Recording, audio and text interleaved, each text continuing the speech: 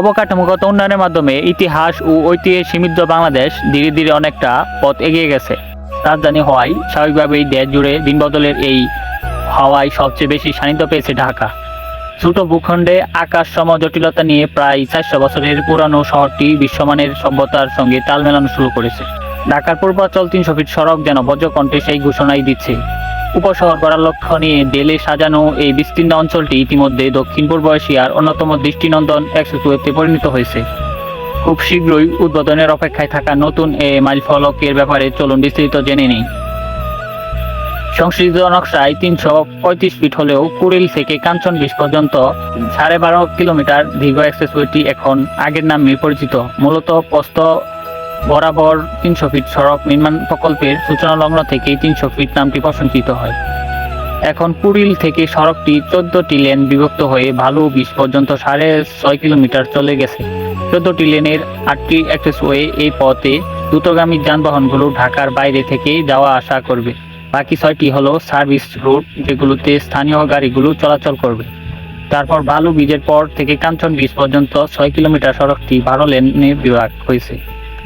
এখানে 6টি এক্সপ্রেসওয়ে ও service root রয়েছে। এগুলোতে কোনো সফটওয়্যার পয়েন্ট বা ট্রাফিক সিগন্যাল নেই। কোনো রকম প্রতিবন্ধকতা ছাড়াই প্রতিটি যানবাহন আপন গতিতে চলতে পারবে। সার্ভিস লেন থেকে এক্সপ্রেসওয়েতে যাওয়ার জন্য পুরো সড়কটিতে নির্দিষ্ট দূরত্ব পরপর মোট 5টি অ্যাডগ্রেড ইন্টারসেকশন রয়েছে। এগুলোর নিচে 12টি আন্ডারপাস বা পাতাল সড়ক দিয়ে গাড়িগুলো এক্সপ্রেসওয়েতে চলে যেতে পারে। ভালু ব্রিজ সহ 6টি প্রশস্ত সেতু আছে। পাশাপাশি হাতির ঝিলে আদলে 13টি আর্চ ব্রিজ বানানো হয়েছে। এগুলোর মাধ্যমে পার্শ্ববর্তী এলাকার ছোট ও মাঝারি গাড়িগুলো সার্ভিস লেন হয়ে মূল সড়কে ঢুকতে পারে। পাখির চোখে দেখলে 4টি আইলপু আলাদা করে দৃষ্টি কেড়ে নেয়। এছাড়া সড়কের দুই পাশে 100 ফুটের দৃষ্টিনন্দন খাল রয়েছে। এর পাশ দিয়ে 39 কিলোমিটার পায়ে হাঁটার পথ জায়গাগুলোকে রীতিমতো উদ্যানে পরিণত হয়েছে। 300 ফিটে একটি ফার্ম হাউস এবং খালের পানি নিয়ন্ত্রণের জন্য 5টি স্লুইস গেট রয়েছে। ঢাকার 300 ফিট সড়কের অবস্থান। ঢাকার উত্তর পূর্ব দিকে গাজীপুর জেলার কালীগঞ্জ ও নারায়ণগঞ্জ জেলার রূপগঞ্জ থানার 300 ফিট সড়কটি অবস্থিত। শীতলক্ষা ও ভালু নদীর মাঝে প্রায় 6213 একর জমির উপর মনোরম সড়কটি গড়ে উঠেছে। বিরতহীন এই সড়কটি ঢাকার সঙ্গে বিভিন্ন গুরুত্বপূর্ণ অঞ্চলের সংযোগ স্থাপন করেছে। এগুলোর মধ্যে রয়েছে ঢাকার সিলেট মহাসড়ক, নারায়ণগঞ্জ, নরসিংদী, গাজীপুর, সিলেট, চট্টগ্রাম ও কিশোরগঞ্জ। মূলত 300 ফিটের মাধ্যমে ঢাকার পশ্চিমাংশের সঙ্গে দেশের উত্তর পূর্ব ও দক্ষিণ পূর্বাঞ্চলের যাতায়াত পথ সুগম হয়েছে। বিমানবন্দর, সড়ক ও প্রগতি সরণির সঙ্গে ঢাকার পূর্বের ইস্টার্ন বাইপাসের সংযোগ ঘটনায় বহিরাগতরা ঝামেলাহীনভাবে বিভিন্ন গন্তব্যে যেতে পারবেন। এছাড়া ঢাকার বাইপাস এক্সপ্রেসওয়ে নামে নির্মাণাধীন এক্সপ্রেসওয়েটি পূর্বাঞ্চল 100 ফিট মাদানী এমিউনিকে ও এক্সপ্রেসওয়ের সঙ্গে সংযুক্ত করবে। ঢাকা পূর্বাঞ্চলের 300 ফিট সড়কে যাওয়ার উপায়। ঢাকার গুলিস্তান 0 পয়েন্ট থেকে 300 ফিট সড়কটি দূরত্ব 16 কিলোমিটার। ঢাকার যে কোনো প্রান্ত থেকে উত্তরগামী যে কোনো বাস কুড়িল হয়ে যায়।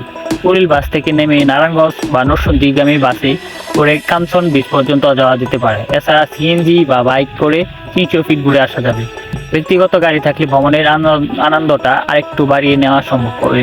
মেট্রো রেলে এমআরটি র্যাপিড ট্রানজিট লাইন এই এক্সপ্রেসওয়ে হয়ে যাবে। এটি সফল হলে কমলাপুর বা তার পরবর্তী বিভিন্ন স্থান থেকে দর্শনার্থীরা উড়াল সড়ক পথে মেট্রো রেলে করেই চলে আসতে পারবেন। এখানে 300 ফিট সড়কে ঘুরতে যাওয়ার সেরা সময়। এখানে কোনো পাহাড়ি পথে পা পিছলে যাওয়ার ভয় নেই, এমনকি জোয়ার বাটা বা জঙ্গলে সাপ সংকুলতার আশঙ্কাও নেই। 300 ফিট সড়কটি সারা বছরই দর্শনার্থীদের কাছে সমান আকর্ষণীয়। ইতিমধ্যে স্থানীয় লোকজন সহ ঢাকার দূর দূরান্তের মানুষেরাও এখানে সময় কাটাতে আসেন।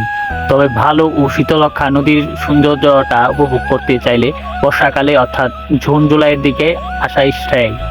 গ্রীষ্ম ও শুকনো মৌসুমগুলোই রোদের হাত থেকে বাঁচার অবস্থা থাকবে না। কিন্তু 100 ফুট খালের দুই পাশে লাগানো ছোট গাছগুলো বড় হয়ে গেলে ছায়ার ব্যবস্থা হবে। সেই সঙ্গে চারপাশের সৌন্দর্যটা দ্বিগুণ বাড়বে। অক্টোবরের শুরুর দিকে এক্সপ্রেসওয়ের দুই ধারে শরতের কাশবন মুগ্ধতায় ছড়াই, তাই এই সময় সারা পিচ জ্বালা রাস্তার সঙ্গে শুভ্রতার অপূর্ব মেলবন্ধনের সাক্ষী হওয়া যাবে না। পূর্বাঞ্চলের 300 ফিট সড়কে যা যা দেখার আছে। 100 ফুট খালের ছাড়া ওয়াটার বাসগুলো মোট 12টি স্টপেজ থেকে যাত্রী তুলবে।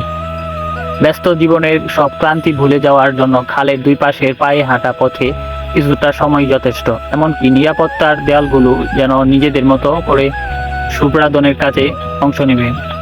সড়কের দুই পাশ জুড়ে রয়েছে সারিবদ্ধ লাইট পোস্ট। রাস্তার মাঝ দিয়ে মেট্রো রেলের লাইন যাবে বলে এখানে লাইট লাগানোর কাজ স্থগিত রাখা হয়েছে। এরপরও সন্ধ্যার পরে নয়া বিরাম আলোকসজ্জায় এটা বাংলাদেশের কোনো জায়গা বলে মনেই হয় না। পুরোটি পথে নান্দনিক নকশার 6টি ফুট ওভার ব্রিজ যে কোনো শৈল্পিক মনকে চমকে দিতে পারে। এগুলোতে দাঁড়িয়ে নিচের সবুজ আইল্যান্ড ও পিচ জ্বালা রাস্তার প্যাটার্ন আর দুই পাশের নীল লোকের সৌন্দর্য প্রাণ ভরে উপভোগ করা যেতে পারে। বালু বিজে দাঁড়িয়ে নিচের বালু নদীর দিকে তাকিয়েও অনেকটা সময় কাটান।